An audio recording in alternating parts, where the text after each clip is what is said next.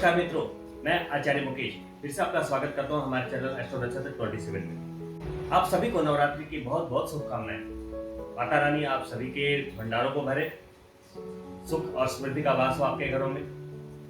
नवरात्रि का ये पावन पर्व अपनी पूर्णता की ओर है। नवमी को हवन के साथ ही माता कैलाश को लौट जाएंगी।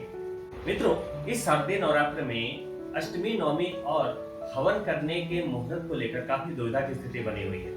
24 अक्टूबर शनिवार को 6:58 से ही नवमी तिथि प्रारंभ हो रही है, यानी कि शनिवार का पूरा दिन 6:58 से नवमी का होगा, यानी कि सूर्योदय के बाद करीब करीब सिर्फ आधे घंटे के लिए अष्टमी आपको प्राप्त। जो लोग अष्टमी के दिन कंजका पूजते हैं और माता की गोद भराई करते हैं, तो सूर्योदय के बाद सिर्फ आधे घंटे के बाद नवमी का प्रारंभ हो रहा है। इसलिए मेरी सलाह ये होगी कि 6:58 के पहले, सूर्योदय के बाद और 6:58 के पहले आप गोद भराई अवश्य कर लें। गोद भराई के बाद आप कंजका कर सकते हैं।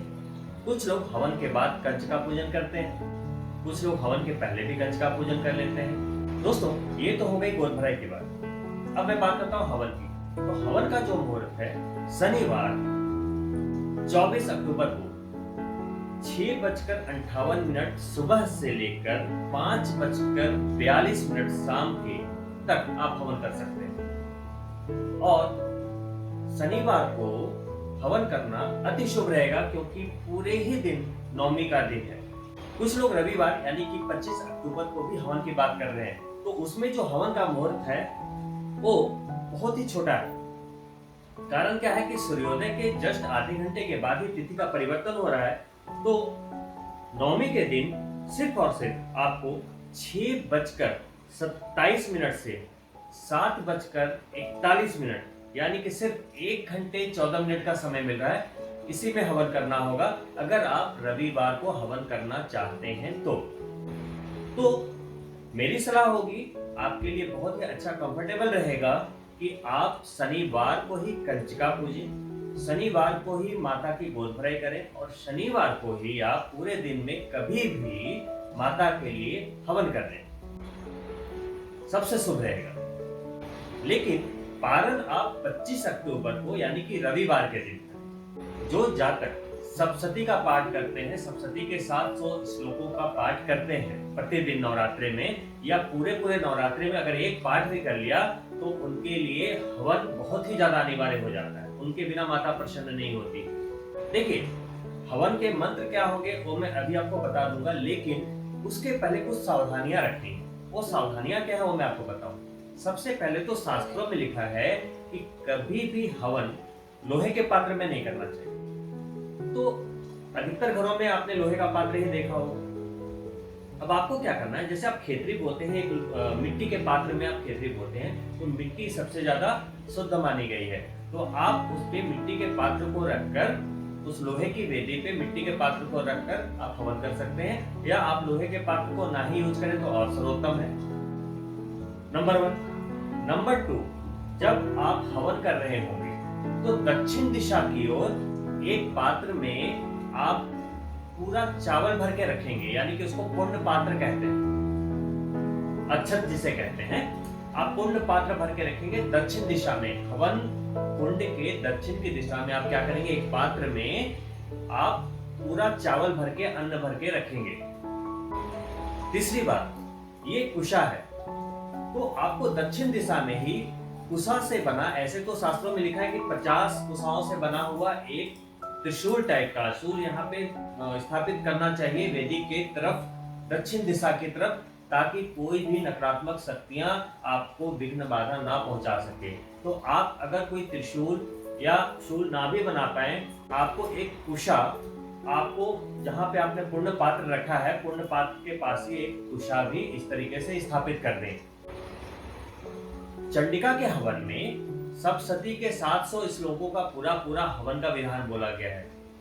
उतना हवन करने में आपको 2 से 3 घंटे का वक्त लगेगा, उतना आप नहीं कर पाएंगे।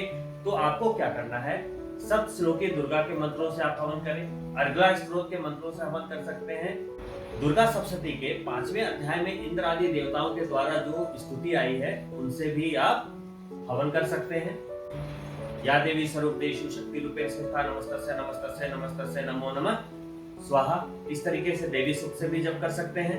बात करूंगा कि हवन करना कैसे है, मंत्र क्या है। तो सबसे पहले तो आप अग्नि को प्रज्वलित करेंगे हवन कुंड में। हवन कुंड में अग्नि को प्रज्वलित करने के बाद समिधा को स्वाहा बोल के उसमें 4 समिधाओं को उसकी आहुति दी जाती है। समिधा बोलते हैं उन लकड़ियों को जो कि आप हवन कुंड में सजाते हैं, जलाते हैं।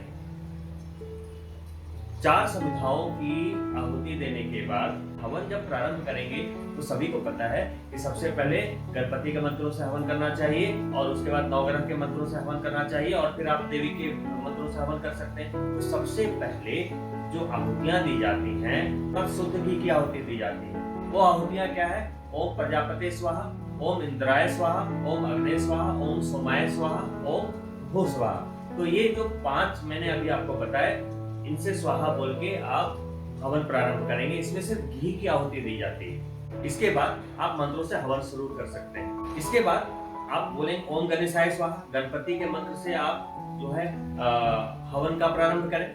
5 आहुतियां पहले आपने दे दी घी की, उसके बाद गणेश जी के मंत्रों से आप हवन का प्रारंभ करें। ओम गणेशाय स्वाहा, ओम गौरे स्वाहा, ओम वरुणाय स्वाहा, ओम दुर्गाय स्वाहा, ओम महाकालिकाय स्वाहा, ओम हनुमते स्वाहा, ओम भैरवाय स्वाहा, ओम कुल देवताय स्वाहा, ओम ब्रह्माय स्वाहा, ओम विष्णुवे स्वाहा, ओम शिवाय स्वाहा, फिर ओम जंती भद्रकाली भद्रकाली कपाली दुर्गा क्षमा शिवा धात्री स्वाहा स्वधा नमोस्तुते स्वाहा। दोस्तों, एक महत्वपूर्ण बात आप जैसे अगर आप हवन कर रहे हैं तो उसमें आपको एक सावधानी क्या रखनी है कि आपको नमः का उच्चारण नहीं करना है। जैसे ओम दुर्गाय नमः, तो लोग जब आहुति देते हैं तो बोलते हैं ओम दुर्गाय नमः स्वाहा। तो आपको नमः नहीं बोलना है। जब आप आहुति दे रहे हैं तो आपको क्या बोलना है? ओम दुर्गाय स्वाहा। ओम नमः चंडिकाय नमः स्वाहा नहीं, ओम नमः चंडिकाय स्वाहा। तो नमः सब नहीं लगाएंगे। दूसरी बात, जब आप हवन करते हैं, हवन में जब आप आहुति दे रहे हैं तो उसमें जो हंसिका मुद्रा है वो सबसे सर्वश्रेष्ठ मानी गई। हंसिका मुद्रा में आप ये छोटी उंगली को छोड़कर बाकी की उंगलियों से, ये 3 उंगलियों से आप हवन ऐसे करके स्वाहा बोलेंगे। उसके बाद जो नरवान मंत्र है आप उससे भी आहुति दे सकते हैं। अगर आपने दुर्गा सप्तशती का पाठ किया तो आपने पढ़ा होगा कि खीर में काला तिल और घी मिलाकर आपको आहुति देनी है। तो आप नरवान मंत्र से भी आहुति दे सकते हैं। ओम ऐं ह्रीं क्लीं चामुंडाय विचे स्वाहा। इससे भी आप कम से कम 1 माला की कम से कम आपको आहुति देनी चाहिए, हवन करना चाहिए। अंत में पूर्णाहुति मंत्र में आपको एक गड़ी का गोला लेना है। जो नारियल होता है, जो गड़ी का गोला होता है, आप उसका ऊपर का भाग चाकू से काट लें।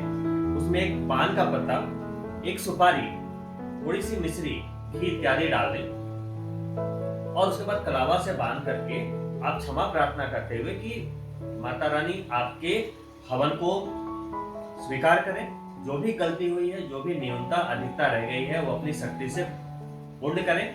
और फिर जितने भी लोग हवन कर रहे हैं सब खड़े होकर उस घर होकर बड़े प्यार से, श्रद्धा भाव से उसे पूर्णाहुति मंत्र पढ़ते हुए अग्नि में समर्पित कर दें।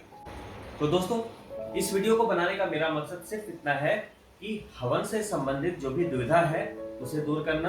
तो चूंकि रविवार को समय आपके पास बहुत कम है और ये संभव होना बहुत ही मुश्किल है कि आप 1 घंटे में चंडिका का हवन कर लें।